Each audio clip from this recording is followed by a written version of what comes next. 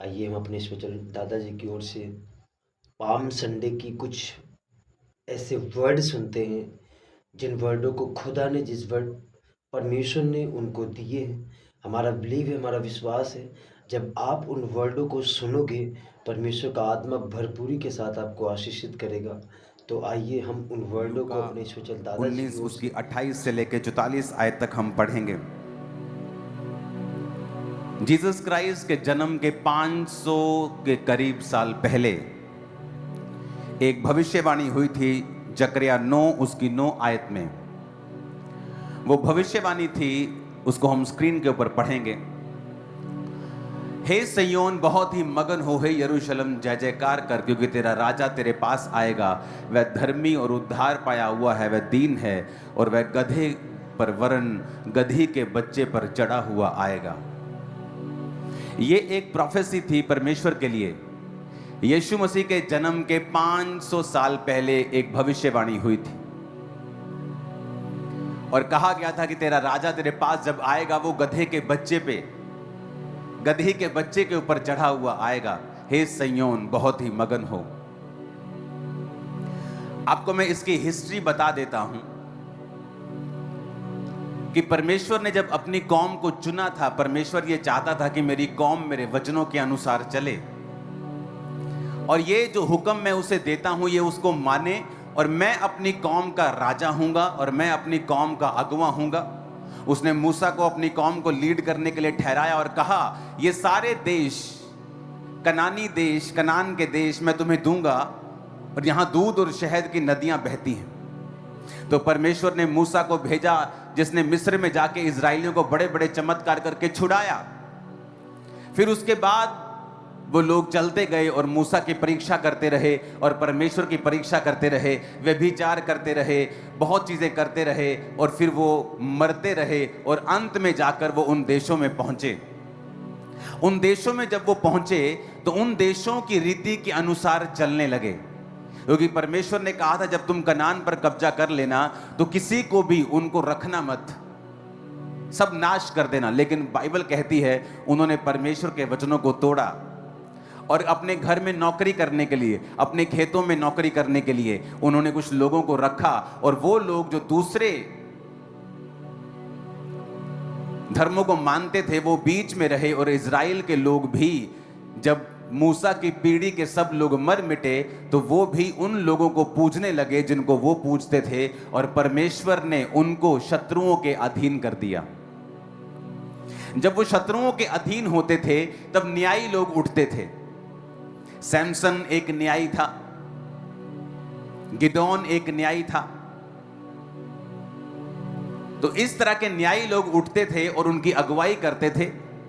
जब न्यायी मर जाता था इजरायली फिर पाप करने लगते थे, व्यभिचार करने लगते थे, अलग अलग तरह की पूजा करने लगते थे, और परमेश्वर फिर नाराज होता था और उनको शत्रुओं के वश में कर देता था। फिर उन्होंने परमेश्वर से राजा मांगा और परमेश्वर उससे भी नाराज हुए, और प्रभु ने फिर उनको राजा दिया, शाऊल, और फिर उसके बाद दाऊद, जो परमेश्वर की मर्जी के अनुसार चला।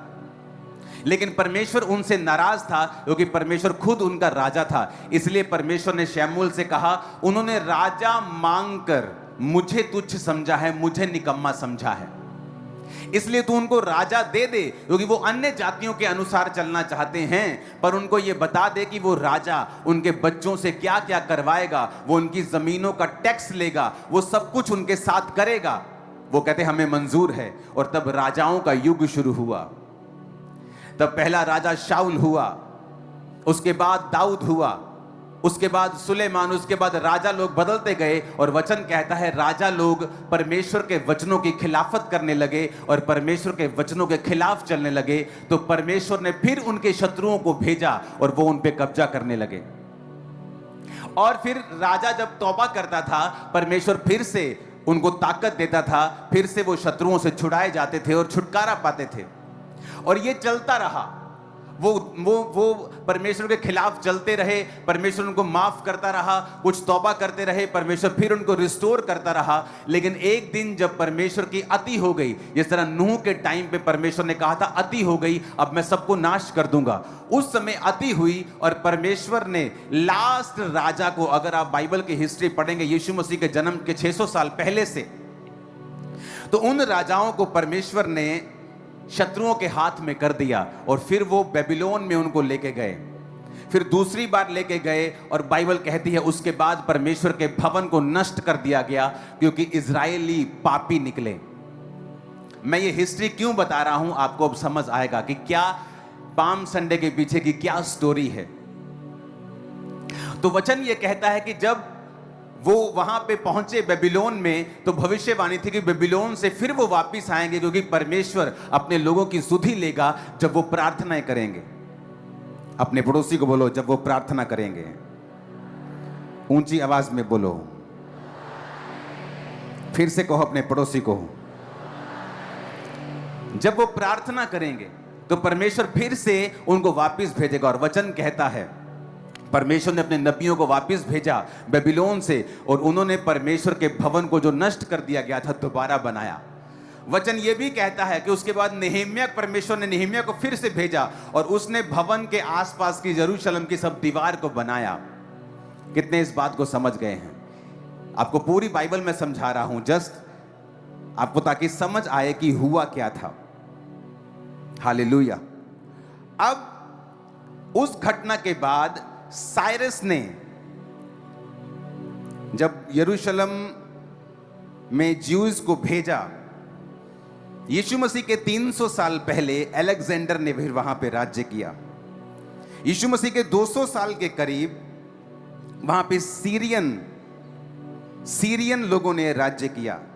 यीशु मसीह के 167 साल पहले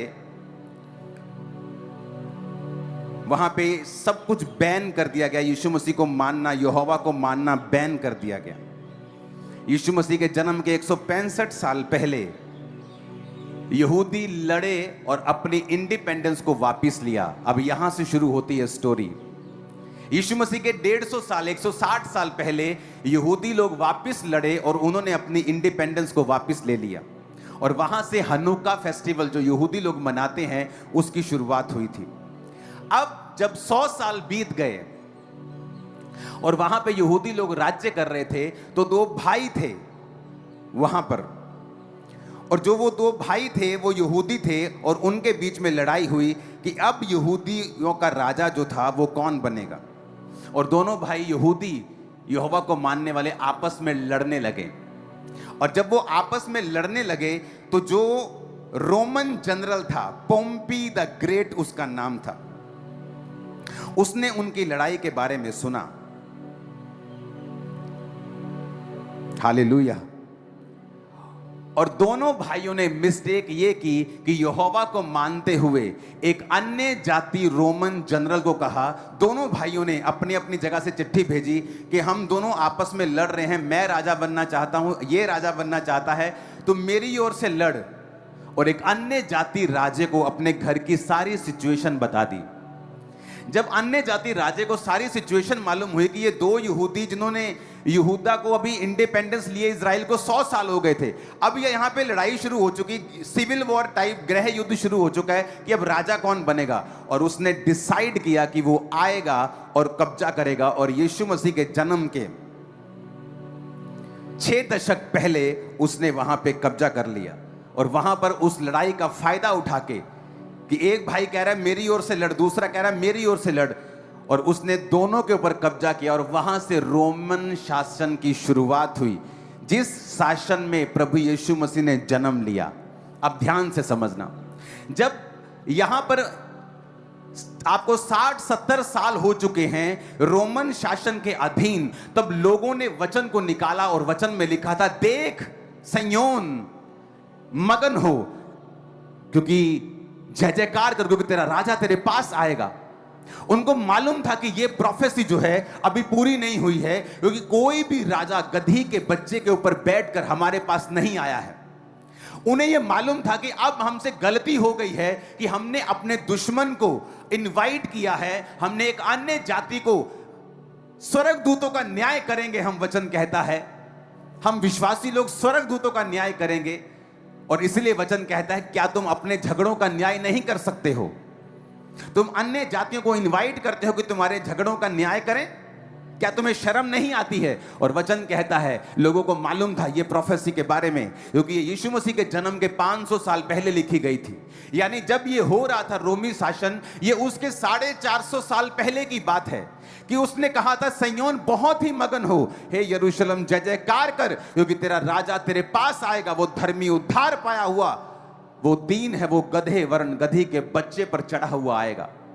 उनको एक आस थी, क्योंकि वो 100 साल की इंडिपेंडेंस जो उन्होंने ली थी, वो 100 साल जो उन्होंने आजादी में जिए थे, अब उनकी गलती की वजह से, उनके पाप की वजह से फिर से रोमी उन पर शासन कर रहे थे, मनमानियां कर रहे थे, मनमाने टैक्स ले रहे थे, मनमानी चीजें उनके साथ कर रहे थे। धार्मिक आजादी वहां पे खत्म हो चुकी थी। तो उनको वो प्रोफेसी याद थी कि प्रोफेसी है कि परमेश्वर अपने राजाओं, अपने राजे को भेजेगा।